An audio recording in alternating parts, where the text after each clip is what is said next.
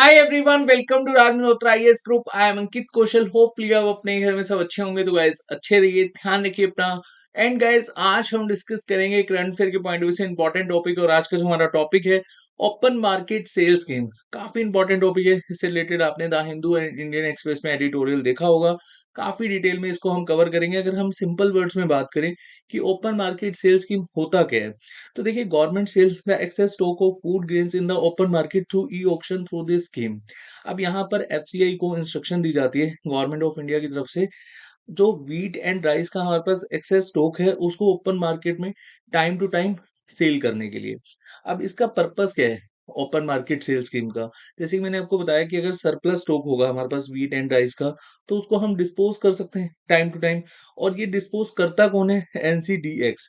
अब एनसीडीएक्स क्या है? एक तरह से आप ऐसे समझ सकते हैं, एक ट्रेडिंग प्लेटफॉर्म है जो various agriculture and other commodities जो प्रोडक्ट्स होते हैं उनको बेसिकली ट्रेड करता है। तो होपफुली आपको सिंपल वर्ड्स में समझ में आ गया कि ओपन मार्केट सेल स्कीम है क्या।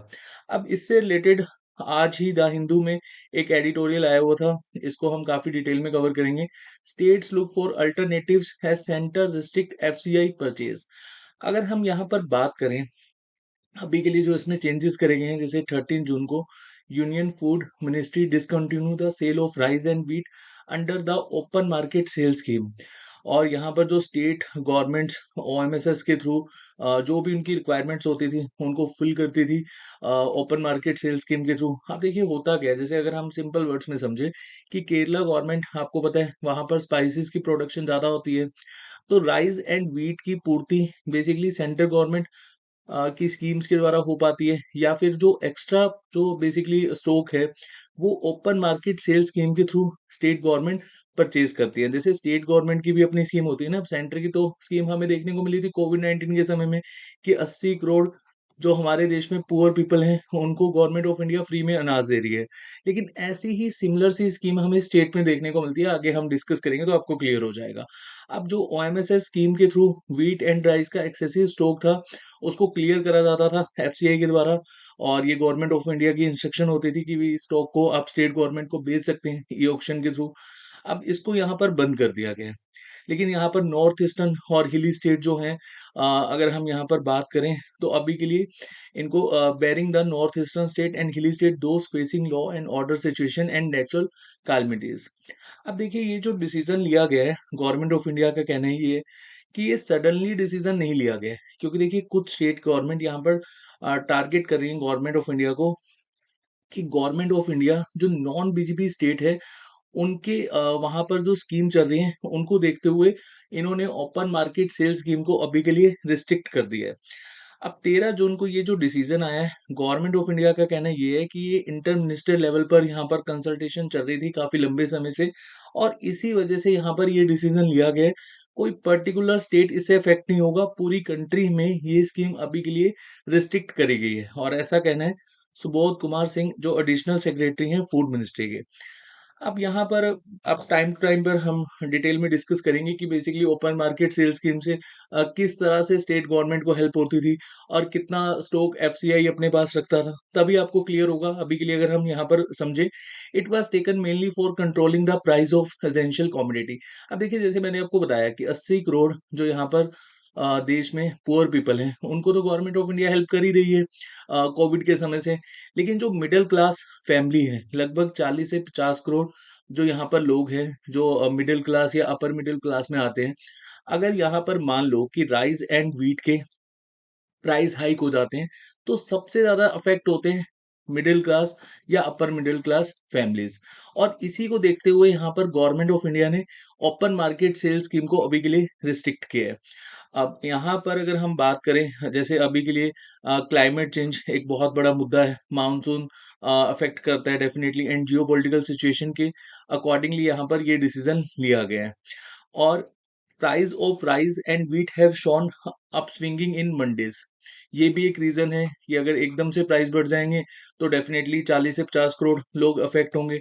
और मेनली यहाँ पर अगर हम देखें ये लोग जो बेसिकली जो middle class and upper middle class में अगर लोग अफेक्ट होंगे तो डेफिनेटली हमें एक शॉर्ट टर्म के लिए इन्फ्लेशन भी देखने को मिल सकता है। अब देखिए central government is already providing free food grains via ration shop about 80 crore of poor enrolled under the National Food Security Act. अब कोविड के समय से 80 करोड़ लोगों को फ्री में अनाज दिया जा रहा है और ये पॉइंट मैं आपको बता ही चुका हूँ कि अगर यहाँ पर ये जो रीज़न बताया गया ओपन मार्केट सेल स्कीम को रिस्ट्रिक्ट करने का कि जो 40 से 50 करोड़ हैं, जो नॉन एफएस ए बेनिफिशियरीज़ हैं, उन वो बहुत ज़्यादा अफ़ेक्ट हो जाएँगे अगर एकदम से राइस एंड व्हीट के प्राइस बढ़ जाते हैं। और इनको अफोर्डेबल प्राइस में फूड ग्रेन्स मिलना चाहिए और ये गवर्नमेंट ऑफ इंडिया ने इसी वजह से डिसकंटिन्यू किया है sale of rice and wheat under OMSS to state government. अब यहाँ पर देखिए एफसीआई के पास इनफ स्टॉक होना चाहिए कि मार्केट में अगर प्राइस हाइक होते हैं तो मार्केट में इंटरवेंशन कर सके। अगर हम यहाँ पर देखें तो 3 से 4 स्टेट ही हैं जो ओपन मार्केट सेल स्कीम से सबसे ज़्यादा फूड ग्रेन्स बेसिकली परचेज़ करते हैं। जैसे अगर हम यहाँ पर मेनली समझें वेस्ट बंगाल, उसके साथ-साथ कर्नाटका, तमिलनाडु एंड केरला। अब यहाँ पर 2 के हैं, कन्फ्यूज़ मत हो जाना, कर्नाटका, केरला, तमिलनाडु एंड वेस्ट बंगाल।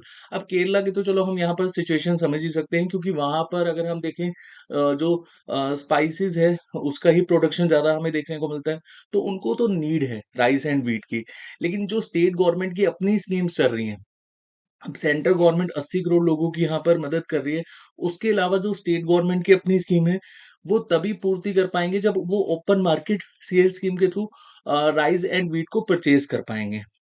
अब देखिए यहाँ पर ये जो कंट्रोल करा जा रहा है अभी के लिए जो बेसिकली राइस एंड व्हीट का जो प्राइस है ये जो प्रॉब्लम है ये अभी के लिए इसको ओपन मार्केट सेल स्कीम को रिस्ट्रिक्ट करा गया है और यहाँ पर गवर्नमेंट ऑफ इंडिया का कहना ये है कि जो स्टेट गवर्नमेंट है स्टेट गवर्नमेंट की जो अपनी स्कीम्स हैं वो स्टेट गवर्नमेंट कभी भी सेंट्रल गवर्नमेंट के साथ कंसल्ट नहीं करती हैं कि उनको कितना सप्लाई फूड ग्रेन्स चाहिए और वहाँ पर कौन-कौन सी स्कीम्स हैं। अब यहाँ पर गवर्नमेंट ऑफ इंडिया का कहना ये है कि अगर स्टेट की अपनी कोई स्कीम है और या फिर सेंटर की कोई अपनी स्कीम है, तो वो वहाँ पर तभी अनाउंस करेगी ना जब उसके पास फूड सप्लाई अच्छे से होगा, मतलब स्टॉक अच्छे से होगा और so centre never consult state government on OMSS. अब central government stock are meant for the centre scheme और इसी वजह से यहाँ पर जो ओएमएसएस स्कीम है इसको अभी के लिए रिस्ट्रिक्ट करा गया है। अब देखिए प्रेजेंटली एफसीआई के पास टोटल फूड ग्रेन स्टॉक कितने हैं 573.93 लाख टन। हालाँकि अगर हम अभी के लिए रिक्वायरमेंट देखें, जो बफर के लिए हमारी गवर्नमेंट एक स्टॉक रखती है, वो रिक्वायरमेंट है 411 लाख टन, लेकिन उससे तो ज़्यादा ही है। लेकिन गवर्नमेंट ऑफ इंडिया का कहना ये है कि अभी जो मानसून और क्लाइमेट में चेंजेस आए हैं, तो हमें थोड़ा-सा सरप्लस में अपने पास रखना होगा।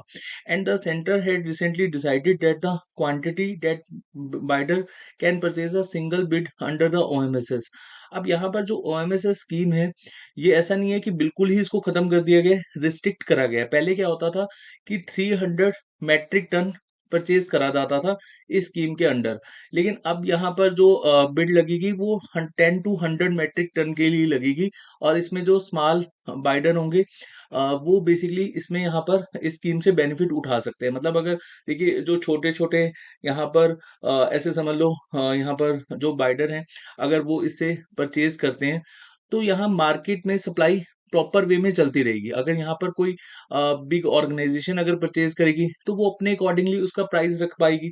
तो उससे इन्फ्लेशन हमारा यहाँ पर कंट्रोल नहीं हो पाएगा। तो पहले यहाँ पर सॉरी 300 नहीं 3000 मेट्रिक टन था और यहाँ पर इसको रिस्ट्रिक्ट कर दिया गया 10 टू 100 मेट्रिक टन।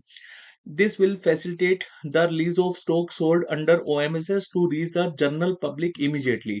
जो छोटे उद्योगपति होंगे वो जल्दी यहाँ पर मार्केट में उसको बेसिकली उतारेंगे और उससे जो मार्केट की पूर्ति है वो कंप्लीट हो पाएगी और उससे क्या होगा कि एकदम से मार्केट में इन्फ्लेशन राइज नहीं होगा। अब देखिए ऑपोजिशन जो पार्टीज हैं उनका कहना ये है कि यहाँ पर Modi government is hurting the most marginalised section of society और ये इसी वजह से किया गया है कि कर्नाटका में बीजेपी बेसिकली हार गई है और इसी वजह से ये डिसीजन लिया गया है। अब कांग्रेस के जनरल सेक्रेटरी हैं जयराम रमेश, उन्होंने कहा है कि कर्नाटका में जो अभी के लिए स्कीम चल रही है अन्ना भाग्य, वो बेसिकली स्कीम के थ्रू 10 केजी फूड ग्रेन्स जो पुअर लोग हैं उनको दिया जाता है और ये स्कीम हर हालत में चलेगी और जो पूर्ति है वो हम अदर गवर्नमेंट एजेंसी से बेसिकली उसको कंप्लीट करेंगे। एंड तमिलनाडु में भी इस तरह से आप देख सकते हैं स्कीम अभी के लिए हमें देखने को मिलती है। अब तमिलनाडु में 35 रुपीज़ में राइस दिए जाते हैं जो राशन होल्डर हैं उनको और यहाँ पर जो तमिलनाडु है उनको सेंट्रल गवर्नमेंट से 2 लाख 74 1000 के आसपास, सॉरी 27,400 टन के आसपास राइस गवर्नमेंट ऑफ इंडिया के द्वारा दिया जाता है और उनकी रिक्वायरमेंट है अप्रोक्सीमेटली यहाँ पर 50,000 मोर। तो ये जो 50,000 टन जो राइस है वो अब अदर एजेंसी से तमिलनाडु बाय करेगा, क्योंकि यहाँ पर एक स्कीम के तहत 35 रुपए में जो राशन होल्डर हैं उनको बेसिकली राइस दिए जाते हैं। और इसी तरह की स्कीम वेस्ट बंगाल में भी आपको देखने को मिलेगी। अब केरला का तो मैं आपको एग्ज़ाम्पल बता ही चुका हूँ कि केरला में जो फूड ग्रेन्स हैं वो इतने सफिशिएंट से उसको प्रोड्यूस नहीं कर पाते हैं, क्योंकि यहाँ पर जो स्पाइसेस है वो हमें ज़्यादा देखने को मिलते हैं, है ना? और केरला गवर्नमेंट प्लान कर रहा है कि वो लीगल स्टेप लेगा against centre food distribution policy, जो अभी के लिए गवर्नमेंट ऑफ इंडिया ने रिस्ट्रिक्ट करा है ओपन मार्केट सेल स्कीम के थ्रू। इसको लेकर केरला गवर्नमेंट अब यहाँ पर लीगल स्टेप लेगा। अब देखिए यहाँ पर ऐसा कहा जा रहा है जो ऑपोजिशन पार्टीज़ हैं कि मेनली यहाँ पर जो स्टेट अफेक्ट हुए हैं वो नॉन बीजेपी स्टेट्स हैं और ये गवर्नमेंट ऑफ इंडिया यहाँ पर इसी वजह से इन्होंने रिस्ट्रिक्ट करा है। देखो अभी के लिए अगर हम यहाँ पर सिचुएशन देखें तो मानसून यहाँ पर अफेक्ट कर रहा है, क्लाइमेट चेंज यहाँ पर अफेक्ट कर रहा है और अभी के लिए यहाँ पर जो सरप्लस अगर हम इन फ्यूचर के लिए देख पा रहे हैं तो उसके लिए इसको अभी के लिए रिस्ट्रिक्ट करा गया। तो होपफुली इस एडिटोरियल में जितने भी फैक्ट्स हमने कवर करे वो आपको समझ में आ गए होंगे और इस सेशन में इतना ही। अगर इन केस आपका कोई डाउट है प्लीज कमेंट सेक्शन में पोस्ट करेगा। नेक्स्ट सेशन में बहुत जल्द मिलते हैं। Bye bye, take care.